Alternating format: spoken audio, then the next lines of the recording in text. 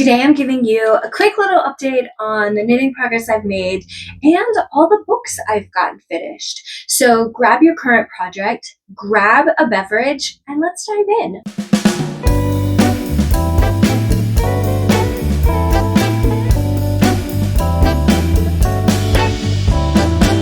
Hey there, fiber friends, welcome back. If you are new here, my name is Melissa. I am the dyer behind Rising Tide Fiber Company. If you are a returning viewer, welcome back, friend. I'm happy to have you all here. You can find me on Instagram, Threads, Facebook as Rising Tide Fiber Co., and on Ravelry as Macy Boston. So I've gotten a little bit of knitting done. I've gotten a ton of reading. If you're a returning viewer and you've watched the last couple episodes, you know that I've had some shoulder and neck issues, and I had some steroid injections in my neck at the end of last week. I couldn't knit. I didn't knit that day, and I didn't really knit the next day. So I didn't get in as much knitting as I probably would have liked, but I did get in a fair amount. I did actually finish a project. I also started one as well, but I have finished my Freckled Whimsy socks. I believe these are from May, and this color is Holly Jolly.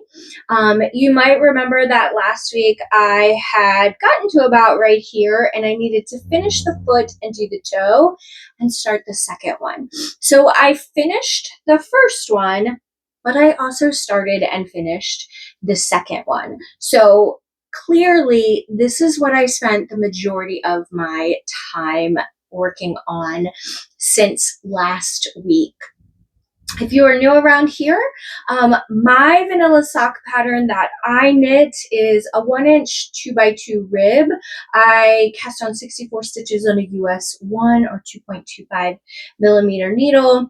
From the tip of my cuff all the way to where I start my traditional heel flap and gusset is 7 inches. Then I do, again, a traditional heel flap and gusset. And then for my foot size, I knit for 7 1/4 stitches before I start decreasing for my toe on Magic Loop. So I'm very excited to have these done because these had been lingering. I do subscribe to the Freckled Whimsy annual. This is her second year of doing a Christmas/winter club. And though I got it the whole first year and didn't cast on a single sock, this year I said if I got the subscription, I had to knit the socks. And so I did really well January, February, March. I think I skipped April because I didn't like the color. May I loved.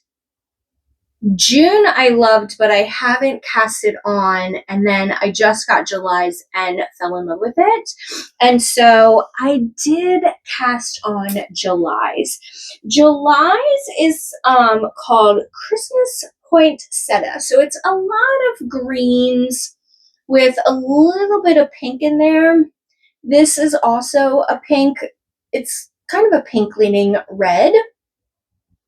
And so I did actually get a fair amount knit. And so I really, really love this colorway. So I got a fair amount done here. I think I have a couple more stripes, and then I will start my heel. I was super anxious to get this cast on, particularly because it's sock week with Nitty Natty. I kind of saved this to try and get started for that. So plenty of sock knitting, which I haven't really done in a while. I kind of took a hiatus from sock knitting. So outside of socks, the I have two other projects that I've kind of been working on. This first one I didn't touch a whole lot. It is the Twisted T-shirt by Briana Lupino of Little Wolf Knits. And I am knitting mine on US 4. The pattern calls for a US 5, but my gauge was just way too loose with a fingering weight yarn on a 5. I really can't go above a 4. I really prefer not to go above a 3 with a fingering weight yarn, usually for garments. I am using the Summer Book Club colorway from Freckled Yarns. It's called Violet Thistlewaite Isn't a Villain Anymore, something like that. I'll put a picture up so you can see the book cover. Tasha really over at Froggett really nailed this colorway for the book. I'm using an Odd Frog color for my trim. The pinkish color is their Rosy Posy colorway, and then the speckled is their book club colorway. That is available all summer long until the fall book box is released. I had just split for sleeves last week, and as you can see, I've only done 3 or 4 rounds. I really haven't done much of anything. I picked this up last night.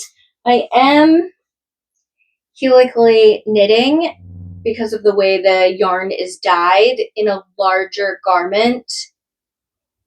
I got to about right here and it started to flash, not really pull, but I would have had bigger swaths of color that I just didn't want. I didn't really want to detract from what the colorway looked at the top. So I had tinked back a couple rows to kind of get it to just keep going in the patterning that it was working. And even after I split for sleeves, I just decided to continue with the helical knitting. It's not that difficult. I don't really like working with 2 balls of yarn, but usually by the time I get to garment knitting, it's later in the evening. The dogs are sleeping, so it's not really an issue. The other pattern that I have been working on is my Avenue Tank by Tori Yu. This is also on a US 4, which is what the pattern calls for. That tank comes in a crew neck or a V-neck. I chose to do the crew neck, and I am using my August book club colorway called Romance Revival. It is based on the Romance Revival by Christina Lauren. This book just came out, I believe, on Tuesday. So if you want to snag this from the library or pick it up at your local bookstore, I had an advanced copy of it. I loved this book. I devoured it. I love this duo writing team, but this is the cover that my August book club is based on. And for this one, I had split for sleeves and done a couple of rows. As you can see, I have done a fair amount of knitting on this. For this one, I am also helical knitting, or I had been once I split for sleeves, but now I finished with one skein, so I'm gonna, instead of kicking up a third skein, I'm gonna see if I can get away with just knitting round and round with one skein. I did helical knit once I picked up in the round to just kind of fade from one skein to another. That should work with the way that this dye style that I dyed these. So I'm anxious to continue with this. I may try and do my collar and my sleeves before picking up and finishing the body, since I finished one ball. This is using my Calvert Sport, which is 100% superwash merino. But I really like to do collars and sleeves because the sleeve looks ginormous, but when you're only picking up every 4 out of 5 stitches or whatever, a lot of these are just not going to get picked up. So I'm anxious to see how this fits after I've done that knitting, and then that'll help decide length. It's really hard to try on garments that have such large armholes and do length because you don't know how much that fabric is actually gonna draw up. So I'm excited to make some progress on this. I may try and work on this tonight to see if I can make some headway with the collar and the sleeves. And that's all the knitting that I've actually done, which finishing the pair of socks, considering I only had like 3/4 of one done, that doesn't look like a lot of knitting, but a whole sock is a lot of knitting. And then the second one, and a little bit of progress again on the tee and the tank. And that moves me into what have I been watching. So I read The 5-Star Weekend by Elin Hilderbrand. This is the second book that I had read from her last year or the year before. Whenever The Perfect Couple came out on Netflix, I then proceeded to listen to that audiobook. I did the same thing with The 5-Star Weekend, only I read the book first. Here's the thing.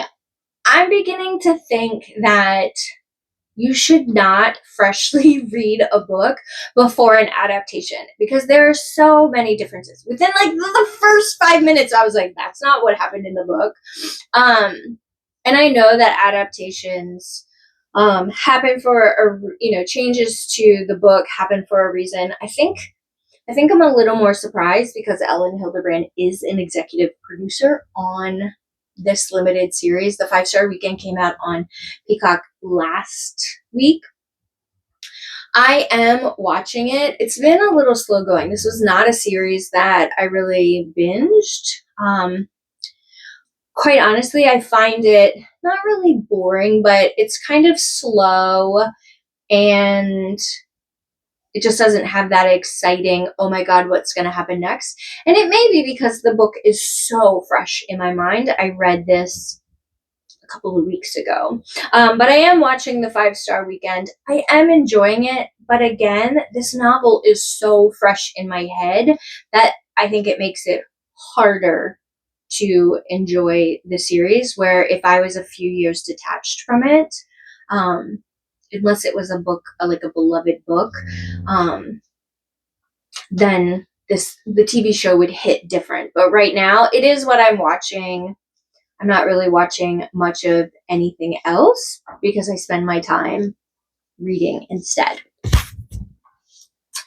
Last week, I told you that I was on an Elin Hilderbrand kick. I still am, as they pop up on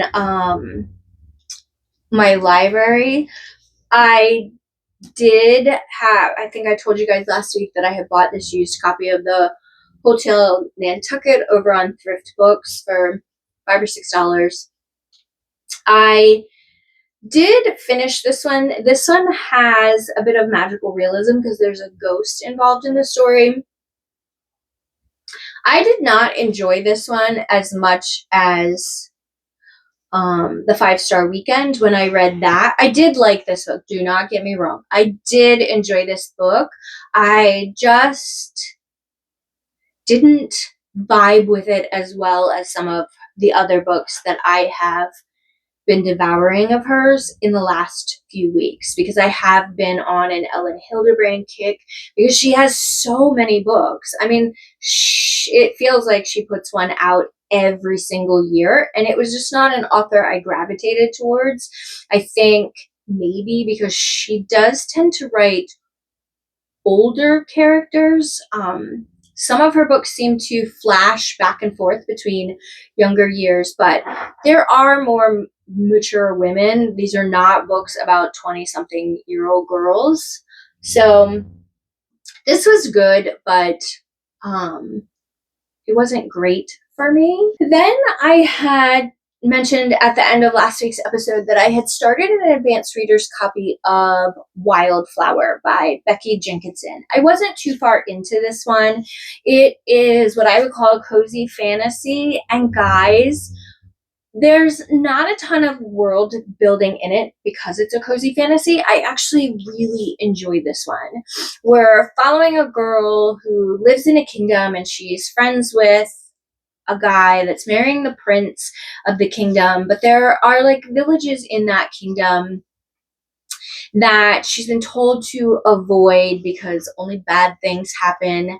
But what we find out as she's in search of flowers, she's kind of a florist, and she has this magical ability to kind of infuse the flowers with magic after she like cuts them, one to prolong their life a little bit, but she infuses them with magic. So if like someone's grieving, it helps them with their grief, that kind of thing.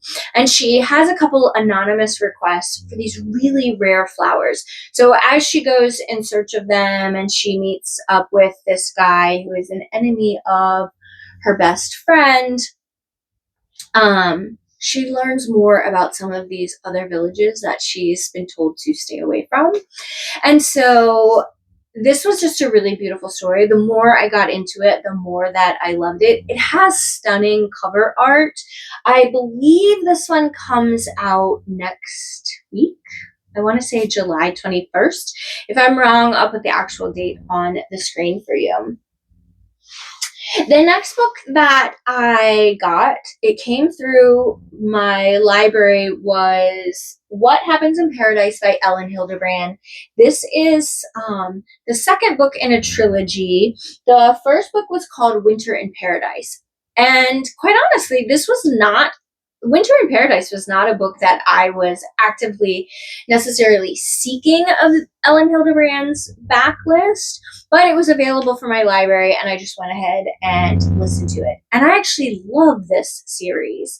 It takes place in the Virgin Islands, which was where I got married. I got married on St. John, so it takes place on St. John, and there is like a little bit of island hopping, like it goes to St. Thomas periodically.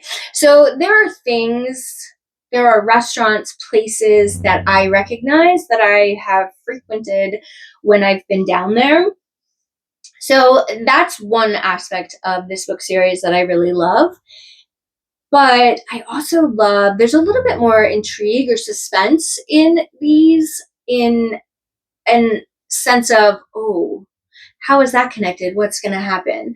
So book number 2 left me on a bit of a cliffhanger, so I'm anxiously awaiting the third audiobook to come through my library.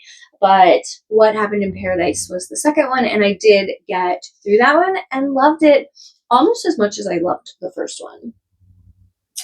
Then the next book that I read was Love You More. This is my July summer book pick for summer book club.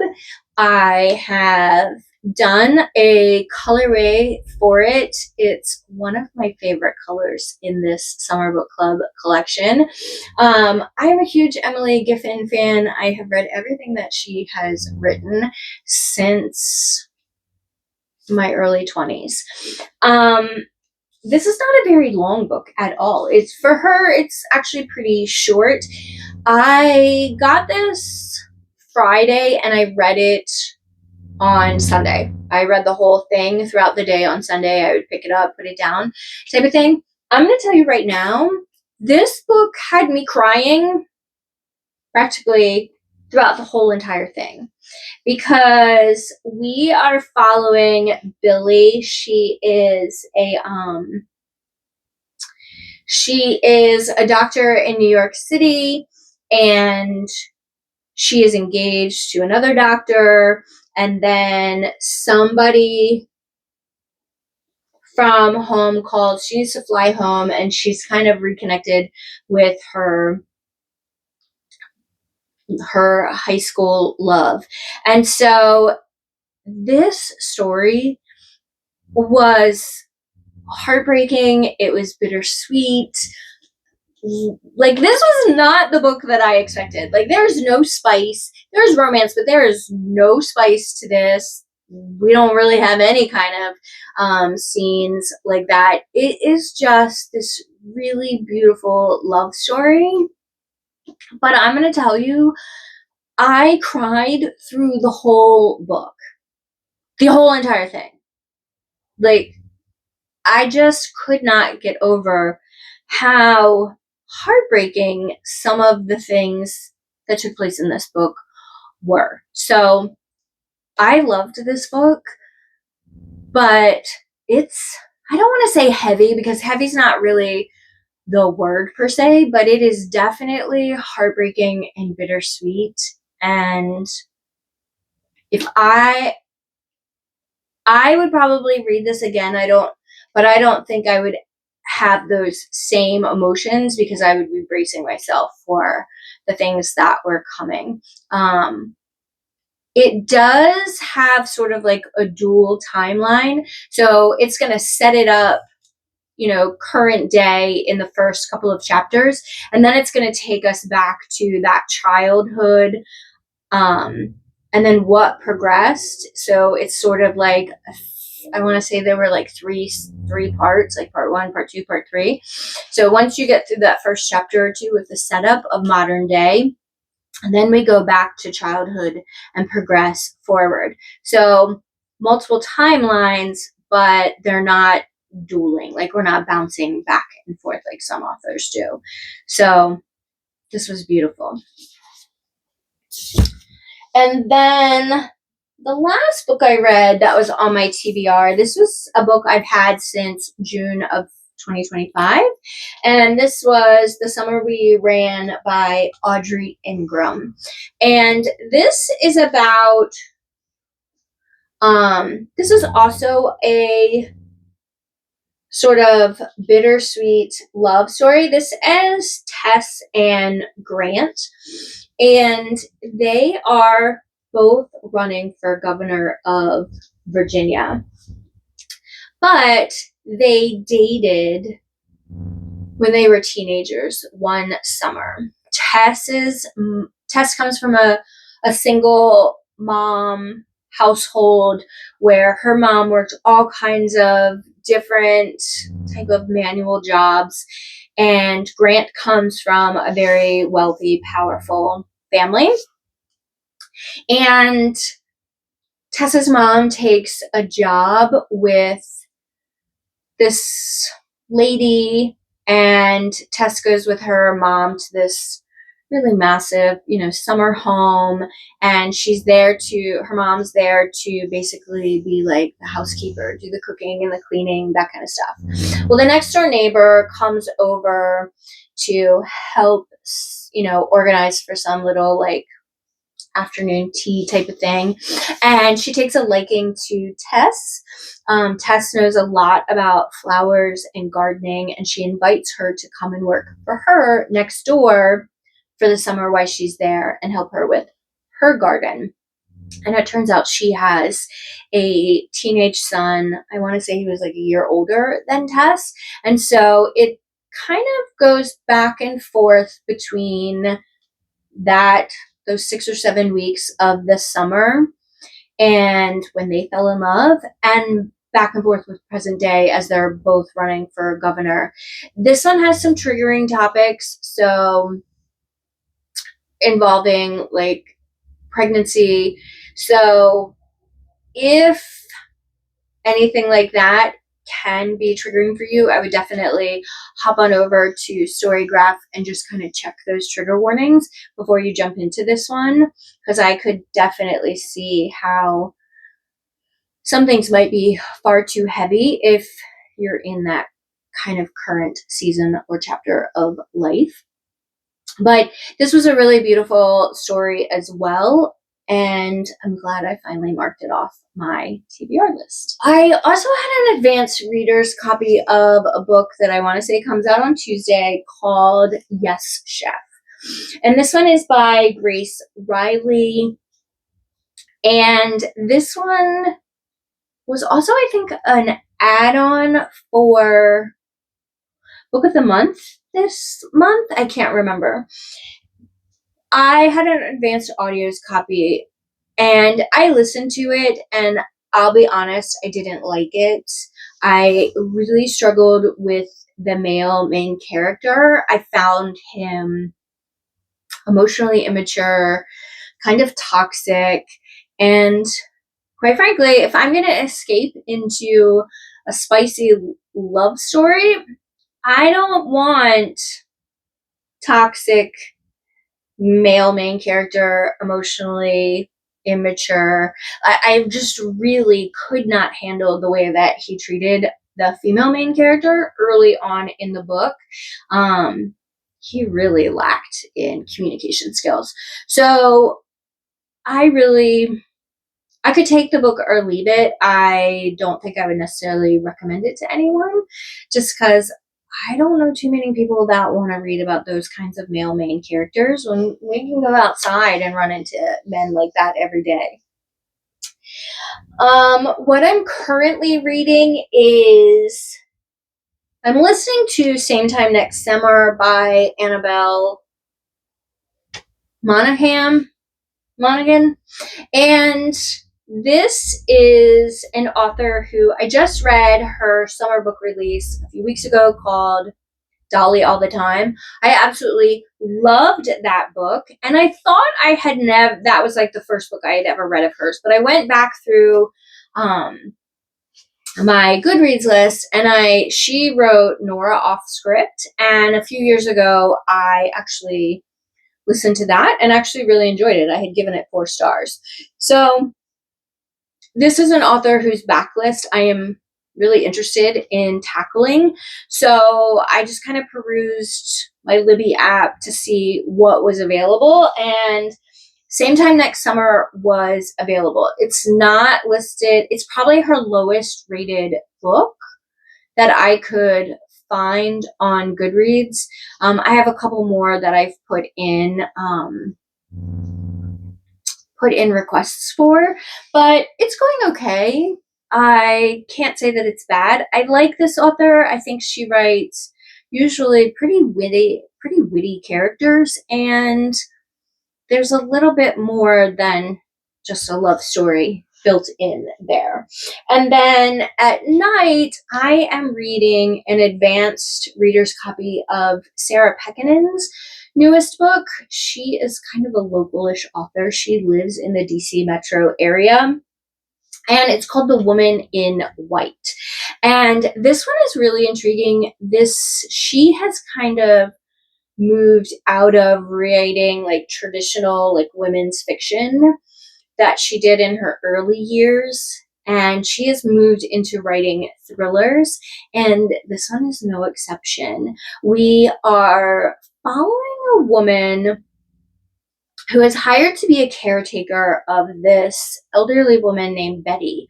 And Betty was one of 4 women that were studied by this professor at Marquis University.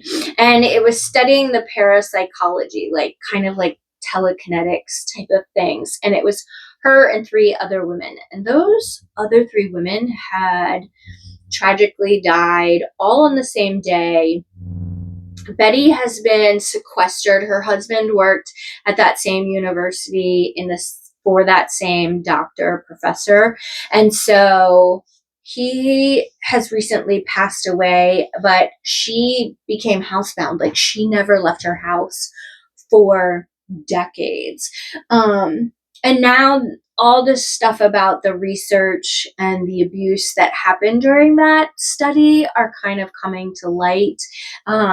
It's very interesting. So I want to say I'm about 3/4 of the way through that book. I only have a couple of hours left of reading it, but I'm super excited. I don't think it comes out until the beginning of August, I think.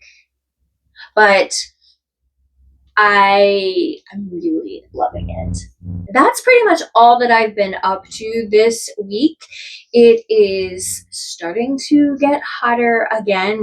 I'm filming this on what is probably the hottest day of the week. We are in another heat wave as it has kind of moved across the country to the eastern part here. So I would love to know, are you reading anything that would pique my interest? Have I enticed you to read anything that I've been talking about for the past couple of weeks? Have I read anything or talked about anything, particularly the new upcoming books that you think you might want to read? And I'm itching to cast on something new. I've pulled out some summer weight yarns, and I don't know what, there might be a fresh cast on next week. I'm not sure. I'm really trying to focus on what I've already started, but I am itching to cast on a few things. So we'll see. So if you liked today's video and you'd love to see more knitting and reading content, don't forget to like and subscribe. And until next time, friends, happy making, happy reading.